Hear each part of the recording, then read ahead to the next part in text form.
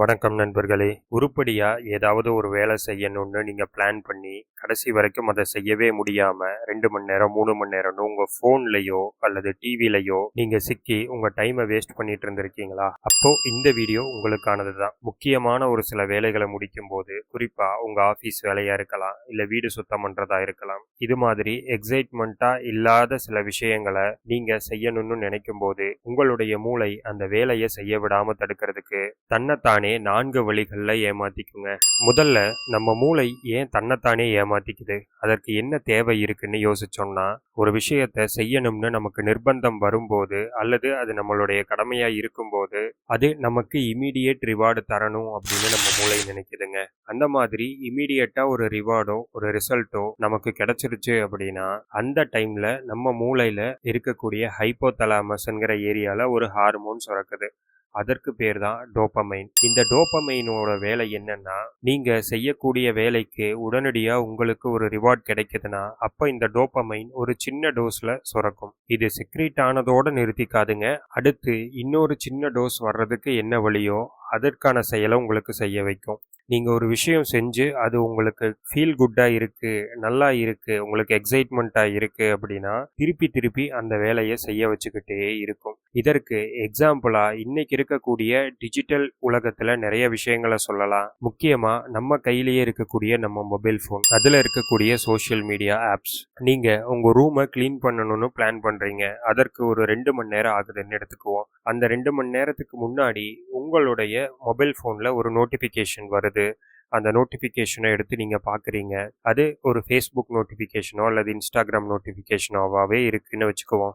உள்ள போனீங்கன்னா உங்களுக்கு ஒரு ரீல் சஜஷன் வருது. அந்த ரீலை பார்க்குறீங்க. பார்த்து முடிச்சோடனே உங்களுக்கு சின்னதா அந்த ரீல் மூலமா ஒரு இன்ஃபர்மேஷனோ அல்லது ஒரு ஃபன்னோ அல்லது சந்தோஷமோ பயமோ ஏதோ ஒரு ஃபீலிங்கை அந்த ரீல் உங்களுக்கு கொடுத்துருக்கும். இது ஷார்ட் டேர்மில் ஒரு ரிவார்டை கொடுக்கறதுனால உங்களுடைய மூளை ஒரு டோபமைன் ஷாட்டை ரிலீஸ் பண்ணும். இந்த டோபமைன் ஷாட் ரிலீஸ் ஆன உடனே உங்கள் மூளை என்ன நினைக்கும்னா, எனக்கு இன்னும் அதே மாதிரியான ஃபீலிங் வேணும் அப்படின்னு நினைக்கும். அப்போ அடுத்த ரீலை நீங்கள் ஸ்வைப் பண்ணுவீங்க. அடுத்த ரீல் பார்க்கும்போது வேறு விதமான ஒரு ஃபீலிங் உங்களுக்கு வரும். அதுக்கு அடுத்த ரீல் பார்ப்பீங்க. அப்போ தொடர்ந்து ஒவ்வொரு டைம் நீங்கள் ரீல் பார்த்து ஸ்வைப் பண்ணும் போதும் சின்ன சின்னதாக டோபமைன் ஷாட் ரிலீஸ் ஆகிட்டே இருக்கும் உங்க மூளையில இருந்து. நீங்க செய்ய வேண்டிய ரூம் கிளீனிங் வேலையை செய்ய மாட்டீங்க. சில நிமிடங்கள்ல இருந்து சில மணி நேரங்கள் வரைக்கும் கூட ஃபேஸ்புக் ஆர் இன்ஸ்டாகிராம்லயே நீங்க மூழ்கி போறதுக்கான சான்ஸ் இருக்கு. Social media one of the example for this dopamine release. ஒரு சிலர் கேம் விளையாடுறது மூலமா அவங்களுடைய டோபமைன் ஷாட் எடுத்துட்டே இருப்பாங்க. ஒரு சிலர் யாருக்காவது கால் பண்ணியோ அல்லது நேர்ல உட்காந்தோ மணிக்கணக்கில் பேசுறது மூலமா அவங்களுடைய டோபமைன் ஷாட் ரிலீஸ் ஆகிட்டு இருக்கும். இன்னும் ஒரு சிலருக்கு டிவி பார்க்கறது. இது மாதிரியா நிறைய வழிகளில் உங்களுடைய பிரெயின் டோபமைனை ரிலீஸ் பண்ணி உங்களை மேலும் மேலும் அந்த செயல்பாட்டில் ஈடுபடுறதுக்காக தூண்டிக்கிட்டே இருக்கும். அப்ப உங்க மூளைக்கு நம்ம செய்ய வேண்டிய வேலை எதுன்னு தெரியாம இருக்கும்னு நினைக்கிறீங்களா? கண்டிப்பா தெரியும். அந்த வேலையில இருந்து உங்களை விலக்கிக்கிட்டு எது உங்களுக்கு சந்தோஷம் தருதோ, எது உங்களுடைய டோபமைனை ரிலீஸ் பண்ணுதோ அந்த வேலையில உங்களை ஈடுபடுத்துறதுக்காக மூளை உங்களை 4 வழிகளில் ஏமாத்தும். அதாவது தன்னைத்தானே ஏமாத்திக்கும். முதல் விஷயம், உங்களுடைய வேலை உங்க கண்ட்ரோல்ல தான் இருக்குங்கிறத உங்களை நம்ப வைக்கிறது. நீங்க பல முறை இந்த மாதிரி ஃபீல் பண்ணியிருக்கலாம். ஃபேஸ்புக் ரீல்ஸ் பார்த்துட்டு இருக்கும் போதோ அல்லது கேம் விளையாண்டு இருக்கும் போதோ டைம் போறது உங்களுக்கு தெரியாது. இதை ஆஃப் பண்ணிட்டு நம்ம போய் வேலை செய்யலாமா அப்படின்னு நினைக்கும் போது உங்க மைண்ட் உங்களுக்கு சொல்லும், எல்லாமே நம்ம கண்ட்ரோலில் தான் இருக்குது, நம்ம நினச்சா எப்போ வேணாலும் இந்த வேலையை செய்ய முடியும், இன்னொரு 5 நிமிஷம் கேமை கம்ப்ளீட் பண்ணிடுவோம்னு சொல்லி கன்வின்ஸ் பண்ணோம். அடுத்து 5 மினிட்ஸில் இன்னொரு லெவல் முடிச்சிட்டிங்கன்னா இன்னொரு 5 மினிட்ஸ் அப்படின்னு சொல்லி உங்களை கன்வின்ஸ் பண்ணோம். இதே மாதிரி தான் நீங்கள் உங்கள் சோஷியல் மீடியா ஆப்ஸில் இன்வால்வ் ஆகிட்டு இருக்கும் போதும் தோணும், இன்னொரு 5 நிமிஷம், இன்னொரு 10 நிமிஷம், இன்னொரு 20 நிமிஷம், இன்னொரு ½ அன் அவர், நான் கரெக்டாக 9:30க்கு ஸ்டார்ட் பண்ணிடுவேன், நான் கரெக்டாக 10 o'clock ஸ்டார்ட் பண்ணிடுவேன் அப்படின்னு. வேலைக்கு போகிறது ஈஸியான விஷயம். நம்ம நினைச்சா எப்ப வேணாலும் இந்த செயினை பிரேக் பண்ணிட்டு வேலையை ஸ்டார்ட் பண்ண முடியும்னு உங்களை நம்ப வைக்கும். ஆனா உண்மையா பாத்தீங்கன்னா உங்களுக்கு எக்ஸைட்மெண்ட் கொடுத்து உங்க டோபமைன் ஷாட்டை ரிலீஸ் பண்ணிட்டு இருக்கக்கூடிய அந்த ஒரு ஆக்டிவிட்டியில இருந்து நீங்க வெளியில வர்றதுக்கு ரொம்பவே கஷ்டப்படுவீங்க. அதுதான் உண்மை. உங்க மைண்ட் உங்களை தொடர்ந்து கன்வின்ஸ் பண்ணிட்டே இருக்கும். நீங்களும் தொடர்ந்து உங்களை ஓவர் ஸ்டிமுலேட் பண்ணக்கூடிய ஆக்டிவிட்டியில இருந்துகிட்டே இருப்பீங்க. 2வது ட்ரிக் என்னன்னா, ஃபர்ஸ்ட் விஷயத்திலிருந்து கொஞ்சம் மாறுபட்டது. இது உங்களுடைய வேலைகள தள்ளி போட வைக்குங்க. நீங்க இப்ப செய்ய வேண்டிய வேலைய இன்னொரு நாள் செஞ்சுக்கலாம், ஈவினிங் செஞ்சுக்கலாம் அப்படின்னு உங்களுடைய மூளை உங்கள கன்வின்ஸ் பண்ணும். இதற்கு உங்களுடைய மூளை நினைச்சுக்கிற ஒரு காரணம் என்னன்னா, நமக்கு பிடிக்காதத அல்லது நம்ம செய்யறதுக்கு ரொம்ப கஷ்டப்படுற வேலைய அப்புறமா செஞ்சுக்கலாம். இப்போதைக்கு நான் ஈஸியா செய்யக்கூடிய வேலை, எனக்கு பிடிச்ச வேலைய நான் இப்ப செஞ்சுக்கிறேன் அப்படின்னு ஒரு ரீசனை சொல்லி உங்க மூளை அதை அதுவே கன்வின்ஸ் பண்ணிக்கும். இது கடைசியா பாத்தீங்கன்னா உங்களுடைய வேலையை தள்ளி போட்டுக்கிட்டே போய் நீங்க செய்ய வேண்டிய வேலை பில்டப் ஆயிட்டே இருக்கும். ஒரு கட்டத்துல பாத்தீங்கன்னா அதுவே உங்களுக்கு ஒரு ஸ்ட்ரெஸ்ஸை கிரியேட் பண்ணிடும். அப்ப நீங்க சோஷியல் மீடியால இன்வால்வ் ஆயிட்டு இருக்கும் போதோ அல்லது வேற எந்த ஒரு ஓவர் ஸ்டிமுலேஷனை கிரியேட் பண்ணக்கூடிய அல்லது அடிக்டிவான ஆக்டிவிட்டியில இன்வால்வ் ஆயிட்டு இருக்கும் போதோ உங்களுக்கு ப்ரொக்ராஸ்டினேட் பண்ணக்கூடிய அதாவது தள்ளி போடக்கூடிய சிந்தனை வந்துச்சுன்னா இமீடியட்டா நீங்க சுதாரிச்சுக்கணும். ஏன்னா உங்க பிரெயின் உங்களை ஏமாத்திட்டு இருக்கு.